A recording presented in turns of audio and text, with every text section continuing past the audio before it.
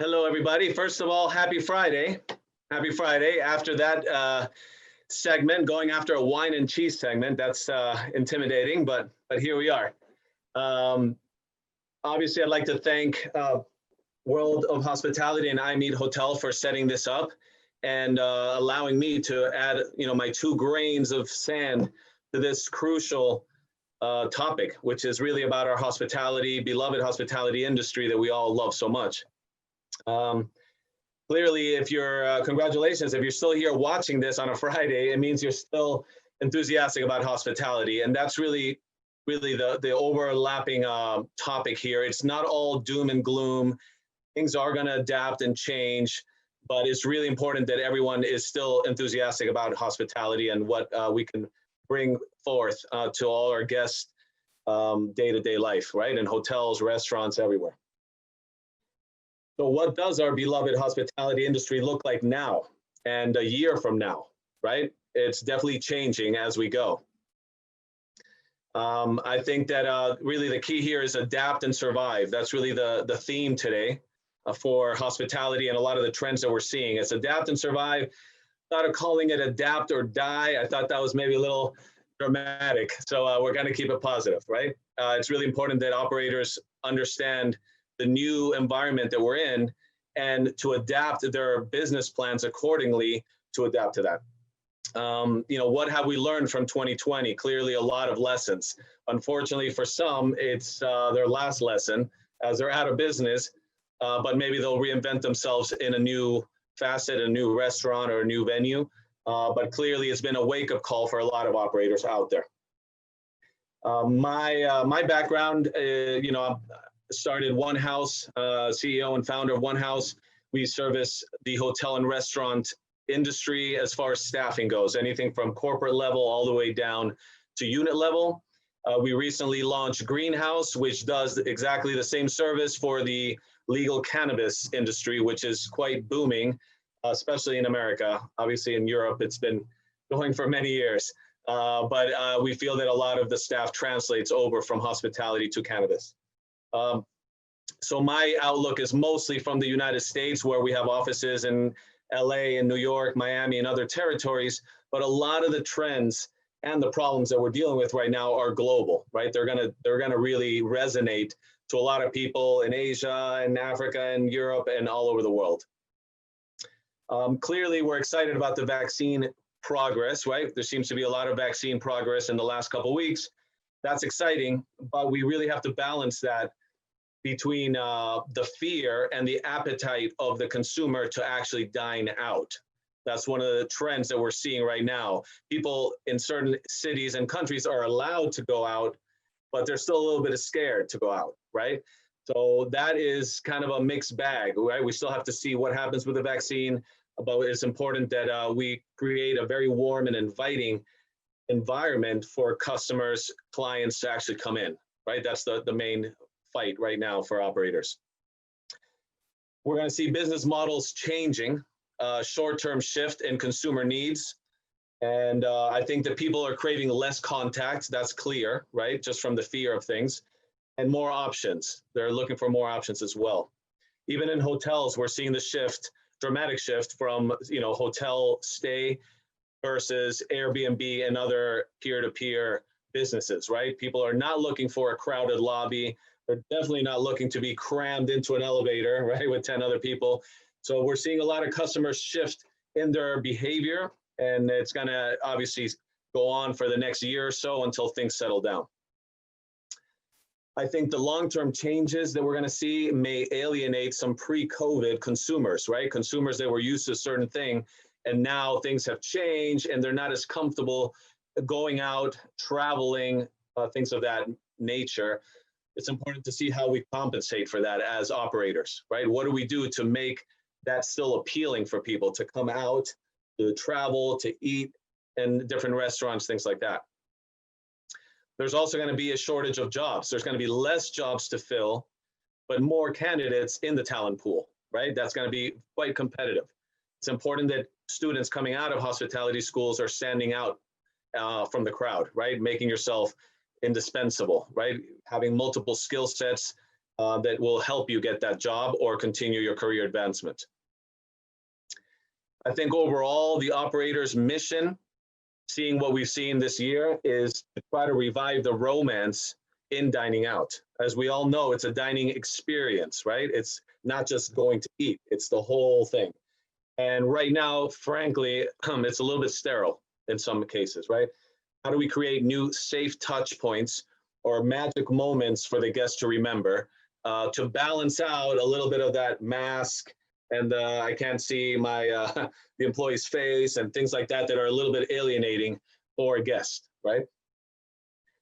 Moving on to expectation versus reality. I think that's an important one where people are still living a little bit in the pre-COVID era when they're going to a place and expecting the same experience, what they remember from before. And it's important that the consumer changes their expectations when they get to a restaurant or a hotel and really adapt to the reality of where we are today. And of course, that could change next month. So it's really an ongoing thing. Changing business models sometimes means changing job prospects. Operators may have to consolidate certain positions into one position, meaning someone may be working much harder, maybe for more pay, maybe for a little less pay, depending on budget. But they're going to have to switch a little bit of their labor model to adapt and to survive, right?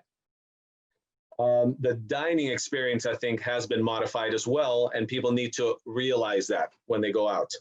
Social distancing clearly makes it a different floor plan, right? When you go out to dine, the service could be a little sterile, right? When you have that barrier, literally a physical barrier between you and your guest, right? That's definitely not the definition of warmth that we're used to. Quicker experience as well. The people dining may want to be in and out quicker than before, just from fear of being exposed for a long term. And also on the actual client side, right? The hotels, the restaurants may want to speed up the process so they can get an extra turn, right? Right now, revenue is important to stay alive. And they may want to shorten the actual dining experience. So because of curfews, they only have X amount of time where they can serve people in certain cities. So that's something that we're starting to notice talking to some of our clients. Repeat business is going down. That's another trend. We've seen a lot of people that used to go out maybe 3 or 4 times a month drop that down significantly. And clearly, hotel food and beverage is down because of travel restrictions. Less people in hotels obviously means less dining dollars, right? People that are staying at the hotel. For other cities that are maybe less touristy, they depend on the actual base consumer, the people that live there and go out. And we've seen those numbers go down. So how do you retain every dollar that you can for the end of the month to make sure that you make it? That's going to be a tricky thing to adapt as far as the operator. New business models. Obviously, when things change, people adapt. That also means that new business models take a step forward, let's say. There's going to be less dining out, as I said before. We're noticing a lot more dining in, people actually dining in, and that splits off into a couple of variants, right? You can cook, right? If you're a cook and you want to do something at home, great. You want to order in, you order delivery. Meal kit models, right? The ones where they come in pre-assembled and you have to finish them off. You actually have to finish cooking. Those have had a huge influx of clients, people that actually want to still have a little bit of a dining experience, even though it's at home, but at least you feel like you're doing something instead of just ordering delivery and eating it. But we're seeing those numbers skyrocket while the dining out numbers are going down. Needless to say, winter's coming, right? Winter is coming, or here for some countries, and dining out is not really an option anymore. And you have very specific restrictions indoors. Right? So restaurants really need to find a way to find that dollar outside of their 4 walls, right? How do you get more income coming in that's not people coming to your restaurant? Tweaking your menus, that's another one. You got to tweak your menus to adapt to delivery. Some food travels better than others. We know that, right? We notice a trend in, for example, Japanese food skyrocketing. A lot of Japanese food deliveries, whereas Italian and French delivery, not so much. Most people can pretty much make a pasta, can make some Italian or French cuisine to some extent, not obviously as good as those Michelin restaurants, but Japanese maybe a little tougher. Korean food, for example, took a big dip. There's a lot of different containers, a lot of cost involved with all the different side dishes. So that didn't travel well in delivery. We noticed that dipping as well. So we're keeping an eye on what foods are actually working. Obviously, pizza and things like that do well everywhere. Keeping an eye on what's happening as far as trends in delivery versus dining in. I think that integrating technology in your platforms as a business has been accelerated through COVID, right? A lot of people that maybe weren't as tech savvy had to really get on top of it quickly to be able to survive, right? A lot of delivery platforms, you can pre-order for pickup, a lot of different technology helping some of these operators survive and in some cases thrive, do actually much better than they were before. Even things like virtual parties and events, even like this conference that we're doing right now, right? We have to adapt. It would be so lovely to do it in person and have a nice glass of wine with Enola and Nader, but here we are online. The last one I think is the biggest trend that we've seen, at least in the United States, but it's happening a lot of places, is the ghost kitchen, right? Ghost kitchens are popping up everywhere. This is obviously operators trying to extend their delivery radius, right? They have a ghost kitchen where there's no customer coming in. It's literally a commissary with their menu and it's going straight to delivery. Those are low cost operations. People can open them in smaller locations, not on the main street, right? With the top dollar rents and still be able to keep their brand. Other restaurants have gone out of business, lost their restaurant, but created a ghost kitchen to keep the brand alive. Right? It's a nice way to keep that brand on the lifeline until better days come, and then you can reopen up a restaurant. That obviously helps because you have lower labor costs, you have no front of the house, it's strictly cuisine, culinary, and then delivery. Creative thinking, that's another thing that we're seeing a lot of operators, kind of figuring out what they need to do to stay relevant, right? Lots of restaurants, unfortunately, are going out of business. They're dying left and right. Now, the new ones that come into that place need to have a compelling concept to compete with all those delivery and meal kit items that I mentioned before, right? What are you doing as an operation to make people want to come to you instead of just stay home nice and safe on the couch, right? That's a big battle. So creativity has to go up. It needs to be compelling and attractive. It needs to be a concept that isn't too polarizing, that doesn't scare people too much, right? Consumers are scared enough right now with everything. You got to keep it simple. Also, keeping what really makes a difference and brings value to the operation and maybe getting rid of the bells and whistles. Some of those extra things that were just kind of like neon lights, right? Just to attract people. But what we want to do is cutting corners that don't affect the guest experience. Quality has to stay up. That guest interaction has to stay up. But maybe there's a couple things you can cut here and there to save your budget and give you that extra edge, right, to stay alive. Obviously, taking a look at your profit and loss and your product mix, right, the actual things that you're selling at the restaurant can help you determine menu changes and engineer your menu in a way that will help you save a little bit of money at the end of the month as well. Also creating spaces that are warm and inviting, right? What else can we do to make that interaction with the customer a little bit more warm and exciting when they come in, instead of opening the door and seeing someone with a mask, with a shield, with 20 different signs, putting soap on your hands. We need to make it a little bit more inviting when people come in. Operators are starting to do that. We're seeing that in many different ways that are just nice little gestures that maybe don't cost a lot of money, but are, the guest is leaving thinking, okay, that was kind of cool. They're really trying to make this work. Another thing that's kind of safe and that really does work, as we all know, especially the younger generations, is interacting more through social media, right? I think that's really important to create a community. It adds a lot of value. The engagement obviously is important. The type of content that you're posting is important. And it shows the client, a potential client, that, hey, we're still here. We're still doing stuff. You can get COVID through Instagram. It's a safe spot, right? And you can really talk about your culture and what you're offering. And it really drives engagement and also business, especially delivery business. I think another topic that is important to highlight would be being proactive versus reactive, right? A lot of people kind of sat tight in the beginning, the first month or so. Nobody knew what was going on. And then you saw a lot of quick decisions being made, some of them more successful than others, clearly. But I think that quick reaction could be the difference between making it or falling behind, right, as a business.